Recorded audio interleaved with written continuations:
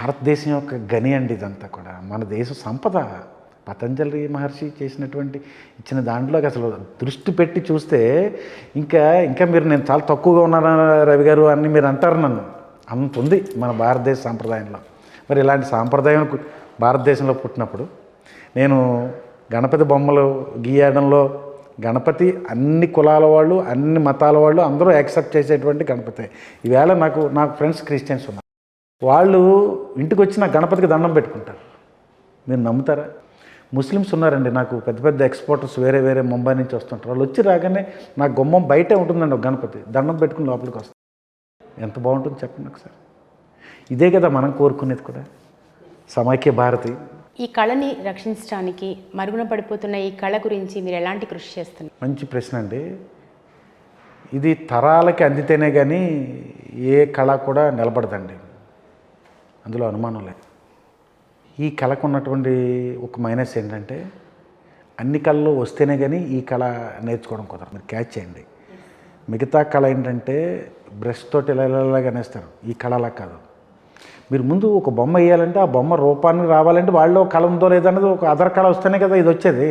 So ఒక art pencil తోటి గీయడమో pen తోటి గీయడమో ఒక స్టేటస్కి వచ్చేసినోడికి ఒక గణపతి బొమ్మ ఒక చార్ట్ మీద గీయడం అలవాటు అవుతుంది. అవునండి. ఇప్పుడు ఈ ఈ ఈ ఇలాగా గీసుకుంటూ చేసుకుంటూ వెళ్ళడంలో ఈ దీంట్లో ఏమైనా డబ్బులు ఏమైనా బాగా వచ్చాయనుకోండి, పేరెంట్స్ పిల్లల్ని బాగా పంపిస్తారు.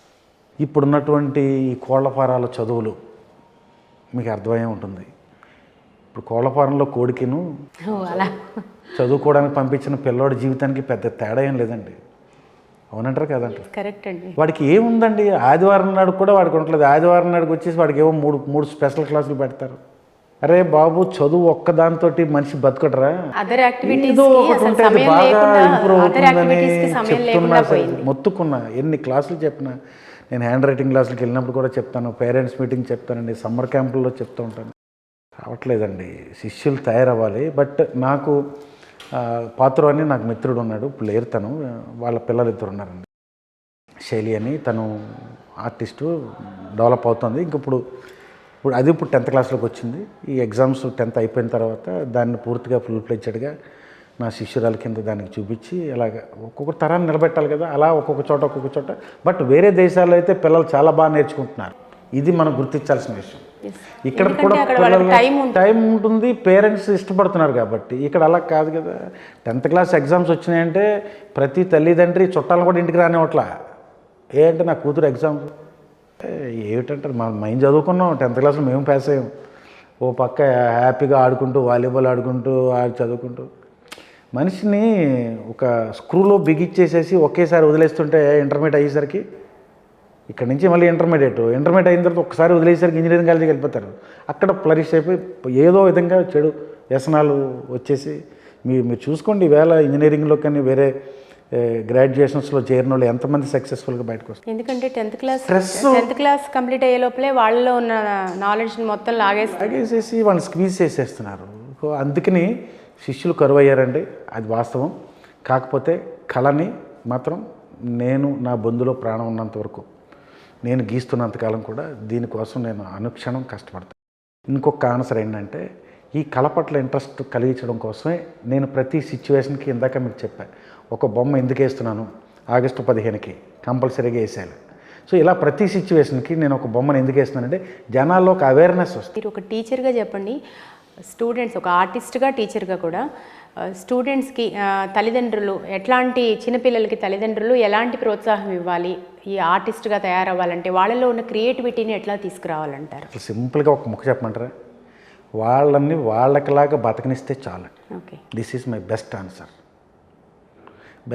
నేను ఒక పేరెంట్ ఇంటికి వెళ్ళేసరికి ఆ కుర్రాడు చిన్న మ్యూజిక్ ఐటమ్స్ తోటి ఇంచక్క కొడుతున్నాడు. వాడు మ్యూజిక్ కొడుతున్నాడు. పడేయమని వచ్చి వాళ్ళ అమ్మ దాన్ని లాగేసేసి, ఎన్నిసార్లు చెప్పాలి నీకు, బుద్ధి జ్ఞానం ఉందా లేదా, సార్ వచ్చారు రవి సార్ ఇక్కడ కొడతావేంటి అది. ఇప్పుడు ఆ కుర్రాడు తప్పు చేశాడా, ఆవిడ తప్పు చేసిందా, చూస్తూ వెర్రెలో నుంచున్న మొగుడు తప్పు చేశాడా, చిడిపి నుంచి వెళ్ళి ఆ సమయంలో నేను తప్పు చేశాను. చూడండి ఎంత దారుణం. నేను తర్వాత చూస్తే ఆ కుర్రాడు నేను చెప్పి ఎడ్యుకేట్ చేస్తే నెంబర్ 1 డ్రమ్స్ మ్యూజిక్. బోల్డ్ మంది కళాకారులు ఉన్నారు మేడం. వీళ్ళందరికీ ఏంటంటే వాళ్ళకిలా బతకనిస్తే ఏ పిల్లాడైనా సరే బతుకుతాడండి. వీళ్ళ యొక్క కోరికలు ఏదైతే ఉంటే సాధారణంగా పేరెంట్స్లో జరిగేది ఏంటంటే, నాలోని తీరనటువంటి తృష్ణ ఏదైతే ఉందో నేను నా పిల్లోడికి ఎక్కించాలని ట్రై చేస్తాను. ఏ తండ్రి అయినా సరే, ఏ తల్లి అయినా. నాకు భరతనాట్యం కావాలని నేర్చుకోవాలనుకుంటాం. ఓకే, చాలా సినిమాలు వచ్చాయి ఈ మధ్యకాలంలో. భరతనాట్యం ఆవిడకి రాదు, ఆ పిల్లకి ఇంట్రెస్ట్ ఉండదు భరతనాట్యం నేర్పుతాం. వాళ్ళకి ఆసక్తి ఉన్న రంగంలోకి ప్రోత్సహించాలి కానీ. ఇప్పుడు నేను నైల్ ఆర్టిస్ట్ అండి. ఇప్పుడు నా పిల్లవాడికి నేను రావాలని నేను ట్రై చేశాను, వాడికి రాలేదు, నేను వదిలేసి నాకు ఆ కళ ఎవరికి వచ్చి వాళ్ళకి ట్రై చేస్తాను. నేనెవరిని రుద్దేయడానికి? అది కూడా ఇది నుదుటి మీద రాసి ఉండాలి. అందరికీ వచ్చేది మేడం, అందరికీ రాదండి. ఆ వాక్ శుద్ధి ఏదైతే ఉందో, మనోశుద్ధి ఏదైతే ఉందో, దృష్టి శుద్ధి ఏదైతే ఉందో, ఇది అందరికీ రాదు. మీరు ట్రైనింగ్ సెంటర్స్ సంబంధించి ఇప్పుడు మీ నెయిల్ ఆర్ట్కి సంబంధించి ఏదైనా ట్రైనింగ్ సెంటర్స్ ఉన్నాయా? మీరు కోచింగ్ ఇస్తున్నారా? మొట్టమొదటిదానికే పెళ్లి చూపులు జరగలేదు, శివరాఖరి దానికి ఏదో అని శాస్త్రం ఒకటి ఉంది. మీకు అర్థమై ఉంటుంది ఈ పాటికి. ఎందుకని అలా అన్నారు? అర్థం కాలేదు. మొట్టమొదటి దానికే పెళ్లి కొడుకు లేడు, ఆరో దానికి ఏంటి శాస్త్రం తెలిసిన వాళ్ళకి అర్థమవుతుందిలేండి. అసలు శిష్యులే లేరు మొర్రు అని ఉంటుంటే ట్రైనింగ్ సెంటర్స్ ఏమిటంటారు? దీని గురించి నేను హైదరాబాద్ వచ్చి ఒక ఏడాది క్రితం ఒక పెద్ద పేరున్న మీడియా ఛానల్ తోటి మాట్లాడితే ఒక రోజంతా కూర్చోబెట్టారు, అలా చేశారు ఇలా చేశారు. వాళ్ళు దాన్ని వ్యాపార దృష్టిలో పెట్టుకుని నన్ను కమర్షియల్గా, మీరు మామూలుగా అయితే 2.5 లక్షలు అండి, మీకైతే 1,50,000 అన్నారు. 1,50,000 చూసి నేను చాలా కాలం అయిందండి, నిజంగా ఆ రోజు వచ్చినప్పుడు వస్తానులేండి. తర్వాత నా గురించి తెలుసుకుని వచ్చారు. వచ్చినప్పుడు లేదండి, మిమ్మల్ని ఆ యాంగిల్లో చూసుకొని తప్పు మాదే అని ఒప్పుకుని నాతో ఫొటోస్ అవి తీసుకుని మనం దీన్ని డెవలప్ చేద్దామండి, అది ఇది చేసుకుంటే కమర్షియల్గా మీరు చేసుకోండి, కళను మాత్రం చేయొద్దని చెప్పి రిక్వెస్ట్ చేస్తాను. సో ఎట్లా తయారు కావాలంటారు మరి? అంటే మీరు శిష్యులు అసలు ఎవరు లేరు అంటున్నారు కదా. వస్తారండి మేడం. ఇప్పుడు ఎందుకంటే ఇప్పుడు నాకు ఇప్పుడు ఈ స్వర్ణ కంకణాలు, ఈ అవార్డులు ఇవన్నీ ఎందుకంటానంటే, నేను గొప్ప గొరిగించుకోవడానికి, నేనేదో మీద వేసుకు తిరగడానికి కాదండి. ఇవన్నీ కూడా ఒక తరం పిల్లలకి ఎక్కడో చోట మా గురువుగారికి నేను ఎలా తయారైనో నాకు అలాగో 10 మంది తయారవుతారు. I'm sure. ఏ ప్రిన్సిపల్ అట్రాక్ట్ అవుతుందో ఒక గురువుకి ఎప్పటికీ తెలియదు. ఇప్పుడు మీకు పాఠం చెప్పిన టీచర్స్లో తెలుగు, సైన్స్లో కూడా physics, NS, mathematics, social studies, తెలుగులో మళ్ళీ ఇంగ్లీష్లో నాన్-టేల్ చెప్పేవాళ్ళు వేరు, గ్రామర్ చెప్పేవాళ్ళు, ఇవన్నీ కాకుండా ట్యూషన్ చెప్పే టీచర్ వేరు. ఎంతమందిలో మీకు బాగా ఇష్టమైన టీచర్ ఎవరంటే సరస్వతి టీచర్ అని చెప్తారు. చాలామంది చెప్పారు, చాలామంది మీకు చెప్పుంటచ్చు. కానీ ఆ పర్టికులర్ సరస్వతి టీచర్ ఎవరైతే ఉన్నారో ఆమె చదువుతో పాటు సంస్కారాన్ని కూడా నేర్పారు. మీకు సంస్కారంతో పాటు మీకు విలువలు నేర్పారు. ఇవన్నీ ఎప్పుడైతే నేర్పారో మీరు ఆవిడకి దగ్గర అయిపోయారు. నువ్వు ఇలాగే ఉండు శిరీష, నువ్వు అలా కాదమ్మా శిరీష, నువ్వు ఇలా మాట్లాడితే ముందోసారి శిరీష, తర్వాత ఒకసారి శిరీష అంటే అప్పుడు మీకు అర్థం ఏమైంది? నన్ను ఇంత ఇలా కేర్ చేశారంటే అప్పుడు తెలియకపోవచ్చు, తర్వాత మీకు తెలియచ్చు. సో అందుకని ఐ హ్యావ్ వెరీ హోప్స్ అండి. నేను చిన్నప్పటి నుంచి నాకు ఫెయిల్యూర్స్ చాలా తక్కువ అండి. ఫెయిల్యూర్ తక్కువ అంటే ఐ డోంట్ బిలీవ్ ఇట్. ఈ జాతకాలు, తొక్క, తోలు ఇవన్నీ ఉన్నాయేమో నాకు తెలియదండి. నేను దాన్ని తక్కువ అంచనాను. శాస్త్రాలన్నీ గొప్పవే. మనం చేసే పని నాకు దేవుడితో సమానం.